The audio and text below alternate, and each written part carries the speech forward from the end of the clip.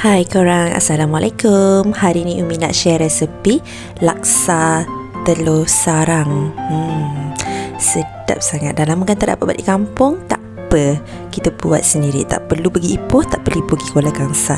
Tapi sebelum tu, pada yang belum subscribe, Umi harap kau boleh like dan subscribe dulu. Terima kasih. Mula-mula kita akan rendamkan dulu laksa. Ni menggunakan satu bungkus saja. Seelok-eloknya korang rendam semalaman. Umi ni tak cukup semalaman, Umi rendam 2-3 jam je. Okey, korang letaklah bekas yang besar sikit. Tadi kecil sangat. Okey, biarkan dia. Paling bagus semalaman. Seterusnya Umi akan sediakan ikan pula, sebab Umi nak rebus ni. Ni Umi gunakan ikan sardin dalam 8 ekor, berat lebih kurang 700 gram. Kemudian Umi letakkan asam keping lebih kurang 20 keping gitu, dan air lebih kurang 1 liter dan garam. Kemudian Umi rebuskan. Bila dia dah keluar mata macam itu, maksudnya dah masak lah. So korang boleh stop dah. Jangan terlebih rebus sangat. Kemudian korang keluarkan, sebab nanti kejap lagi kita nak asingkan isi. Air rebusan ni korang simpan sebab kita akan guna sekarang untuk buat kuah. Okey, ni pula proses untuk kita asingkan isi ikan. Isi ikan kita akan blendkan di dalam blender lah. Okey, korang asingkan dan pastikan buang tulang tu betul-betul sebab kita tak nak nanti kalau makan tercekik tulang pula. Okey, buatlah sampai habis.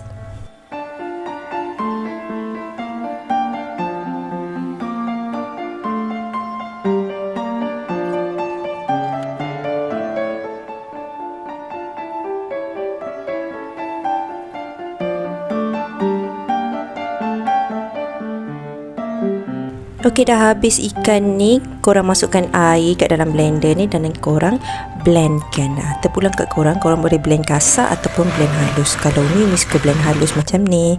Okey, lepas tu masukkan ikan tadi tu di dalam kuah. Kuah yang tadi tu lah. Okey, seterusnya tulang ikan ni korang blendkan juga.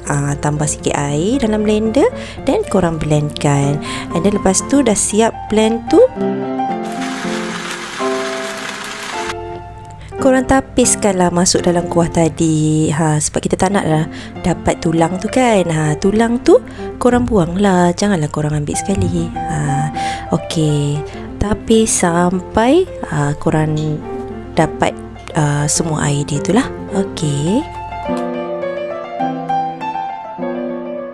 Okey, seterusnya kita nak sediakan bahan kisar ni. Okey, kat sini Umi guna cili kisar ni. Cili kisar dah segera, dah siap. So, Umi tak perlu lagi nak potong lada. Okey, ni sini Umi masukkan bawang besar, bawang merah. Ni Umi akan blend halus lah. Dan juga bunga kantan. Bunga kantan ni Umi belah dua separuh tu Umi akan blendkan sekali dengan bawang besar tu. Separuh lagi Umi akan masukkan macam tu je lah. Nanti Umi akan kerat lagi dua. Okey. Okey, dah siap macam ni. Kita tambahkan air dan kita blend halus. Okey, dah siap blend ni, korang masukkanlah dalam kuah. Okey, kuah ni korang gincahkan bekas blender tadi dengan air dan korang masukkan air pula. And yang ini korang masukkan pula cili kisar. Cili kisar ni ikut korang. Kalau korang rasa nak pedas, korang tambah lagi. Umi rasa Umi akan tambah lagi ni kejap lagi ni kalau Umi tak puas hati dengan kepedasan dia. Tapi Umi tak nak buat pedas sangat sebab Umi dah tahu kepedas. Okey, kemudian masukkan bunga kantan dan juga daun kesum. Okey, korang kacau-kacau bagi daun kesum tu tenggelam. And then korang akan masakkan sikit lagi lah. Yang ni proses kat sini, nak sediakan bahan dia tak susah. Yang lama tu adalah kita nak bagi kuah tu masak. Dan kemudian kita tambahkan lagi lah air. Air ni korang letak je banyak sebab Umi tak suka dia pekat sangat. Umi suka dia cair-cair sikit. Tapi kalau korang suka pekat, korang kurangkanlah air. Okey, seterusnya kita tambahkan garam dan juga perasa. Ikutlah secukup rasa korang. Jangan banyak sangat, nanti masin pula kan. Okey, Umi nak share sikit lah. Umi memang tak suka letak gula ataupun belacan. Belacan Umi tak suka letak, gula Umi tak suka letak. Tapi korang boleh letak kalau korang suka. Sebab Umi tak suka rasa manis tu. Dan juga Umi tak suka bau belacan dan rasa belacan. Tapi kalau korang suka, korang boleh letak belacan tu, korang boleh blender sekali kan dengan bawang tadi. Okey, ini Umi campur lagi cili kisar sebab Umi rasa macam tak cukup. So Umi tambah lagi dalam 2 sudu macam tu.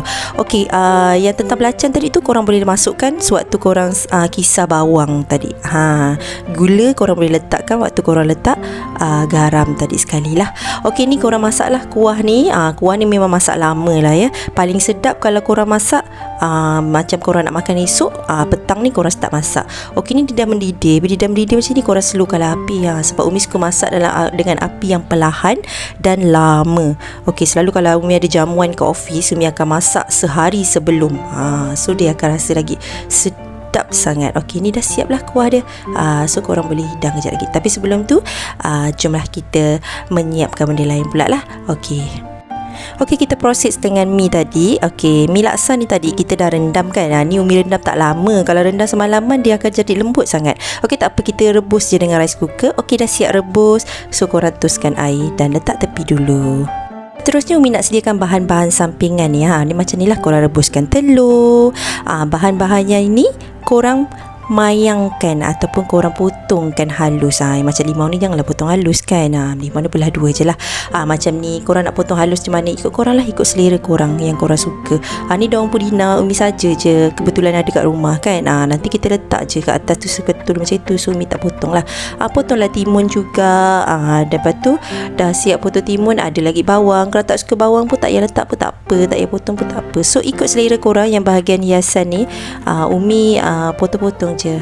Tu lada kalau nak bagi pedas sebab laksa Umi ni Umi tak buat pedas sangat sebabnya anak-anak tak makan kan. Jadi kalau korang nak pedas, Umi dengan abang nak pedas, kita orang akan tambah cili ni banyak-banyak lah.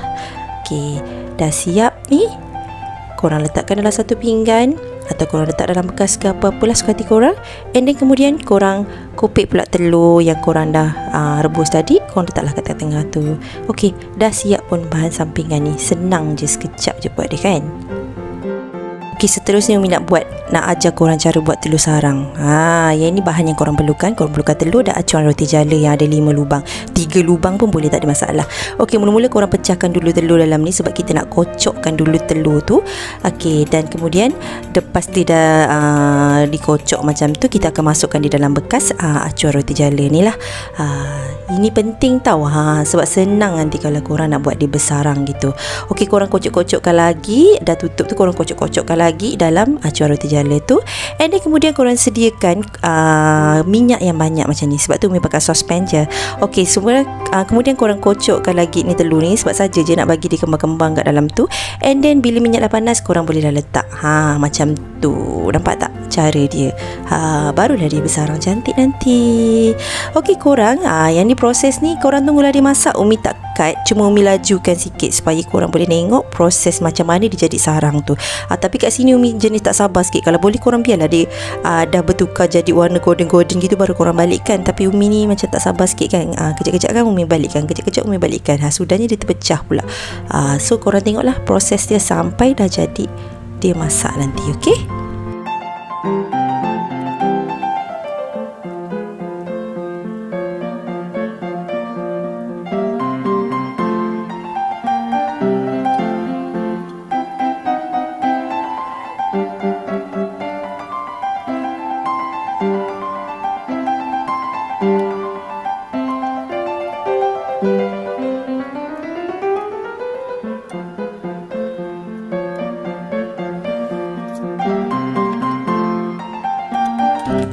Okey, dah pun masak telur sarang ni. Dia pecah-pecah pula, tapi tak apa, dia sedap je. Sebab kalau dia makan tu kan nanti bila kita letak kuah, dia kembang, dia masuk-masuk dalam sarang-sarang telur tu. Tu yang sedap tu, makan dengan telur sarang ni kan. Okey, siap yang ni. Okey, Umi akan buat satu lagi. Yang satu lagi ni Umi nak bersabar sikit lah. Umi tak nak balikkan dia selagi dia tak perang gitu. So kita tengok macam mana waktu Umi balikkan nanti jadi cantik ke tak. Ni korang buatlah macam ni. Senang je. Kalau korang ada acuan ni memang senang sangat. Okey ni, dia dah perang gini baru Umi nak balikkan.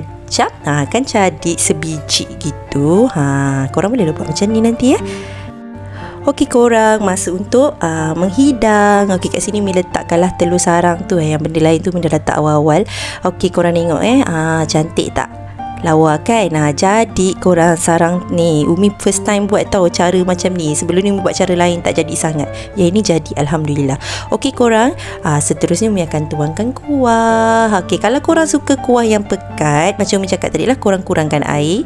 Kalau korang suka kuah yang macam Umi ni, Umi jenis suka kuah yang cair-cair gitu kan. Okey, korang boleh ikut cara Umi masak. Okey, inilah dia laksa telur sarang. Yang ni Umi makan sikit rasa